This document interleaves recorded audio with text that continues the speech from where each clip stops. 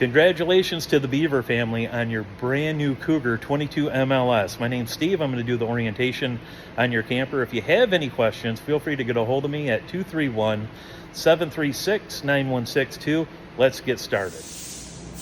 We'll start out here at the entrance. First thing you'll notice is the flip down steps. You'll want to make sure you have the door all the way open when you're doing the steps up or down. As you can see, the wings on the side there lock in to the channel here.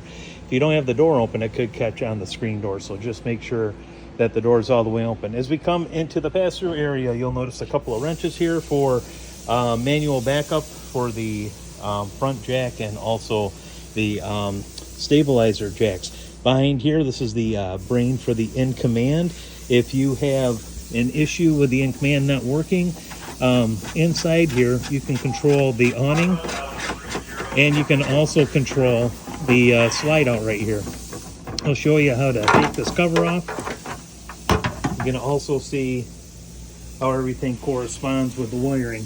But right here, if you switch over to M1 or M2, M1 will be for slide, 2 will be for the awning there, and then execute right here to bring it in or out. Moving around to the front, 2 lithium-ion batteries are under the cover there. 30-pound tanks right here, and then power tongue jack up front. Coming over to the other side of the pass-through, your power cord is going to be right here. There is an adapter from the 30 amp down to 15, and then also sewer hose right here. On the inside, you'll notice the solar controller. Nothing to do with that. That's automatically going to charge your battery and shut off when the battery's charged, but that will control the energy from the solar panel to the battery. Next to that, this is going to be your hot water heater. This is tankless. I'll show you the operation for that on the inside. And then behind here is your docking station, and that's where you're going to hook up your fresh water hose and also to fill the freshwater tank. Power cord is right here. Obviously that's detachable.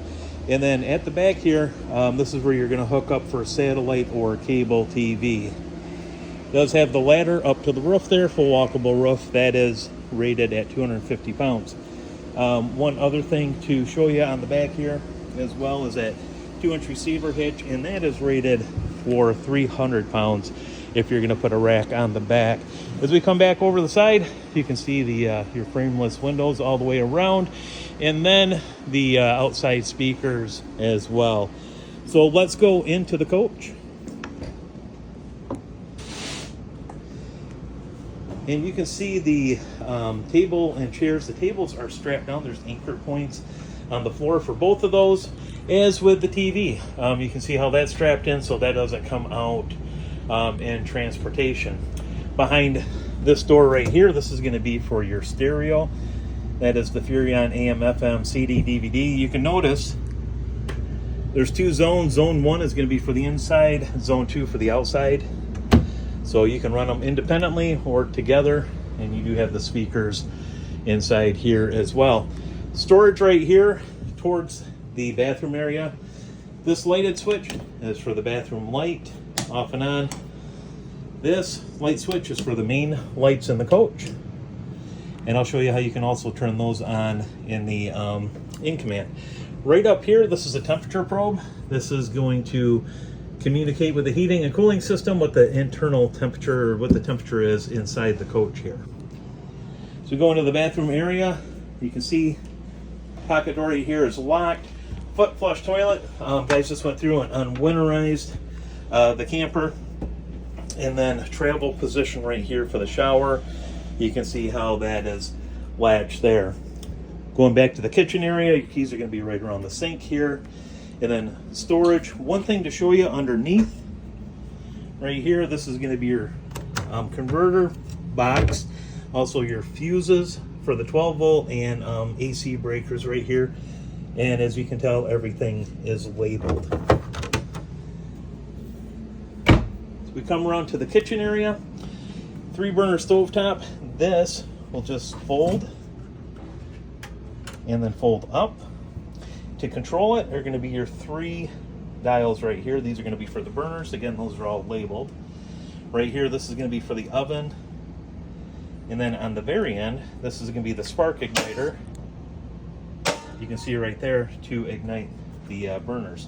On the end, light switch right here. This will backlight the lights, and then if you push it down, it will also turn on the oven light, just like so. And your Furrion fridge right here. This is the 10 cubic foot 12 volt fridge. Next to that, guys, we have your theater seating. These are recliners, and then they do have heat massage and light. You can see how they operate right here. And then also on the inside is the pull cord to recline them. King bed up front with storage underneath.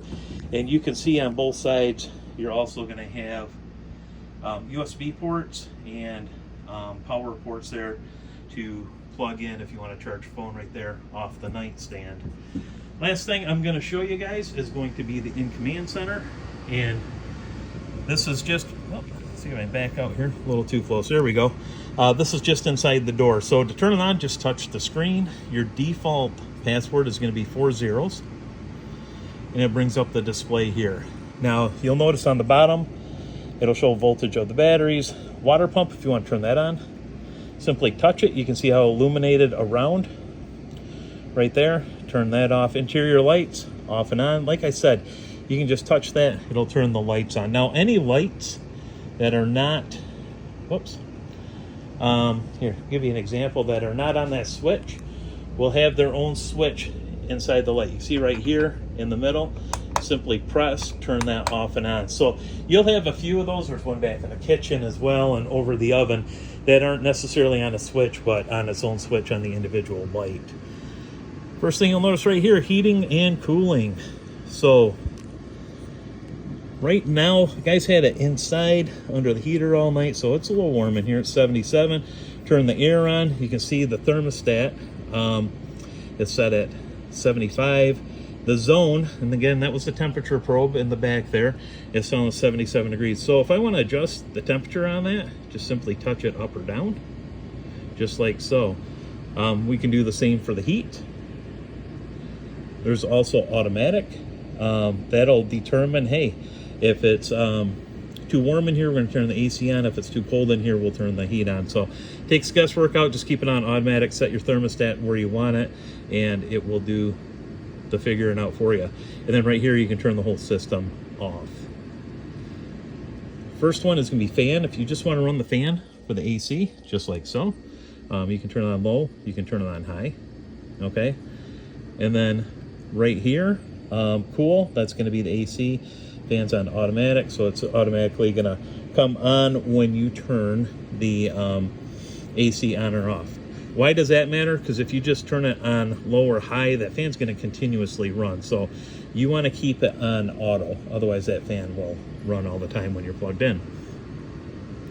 So that is the heating and cooling part. Lights, this is going to be self-explanatory. Ceiling lights, just like where we had the other button down there. You touch that off and on. Bedroom lights as well, right here. Okay. And then there is also for awning lights. And those are going to be the lights underneath the awning right there. Turn those off and on. So that is the light function. Turn the awning lights off.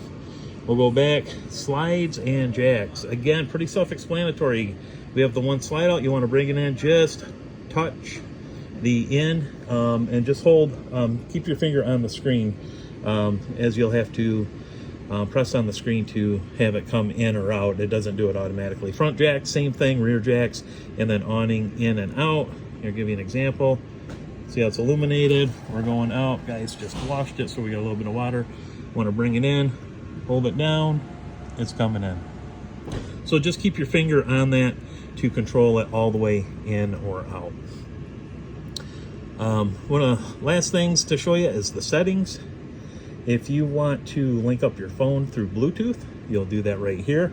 You'll want to download this app right here, the In Command Global Connect, and then you will be able to connect your device, your phone, to this unit here.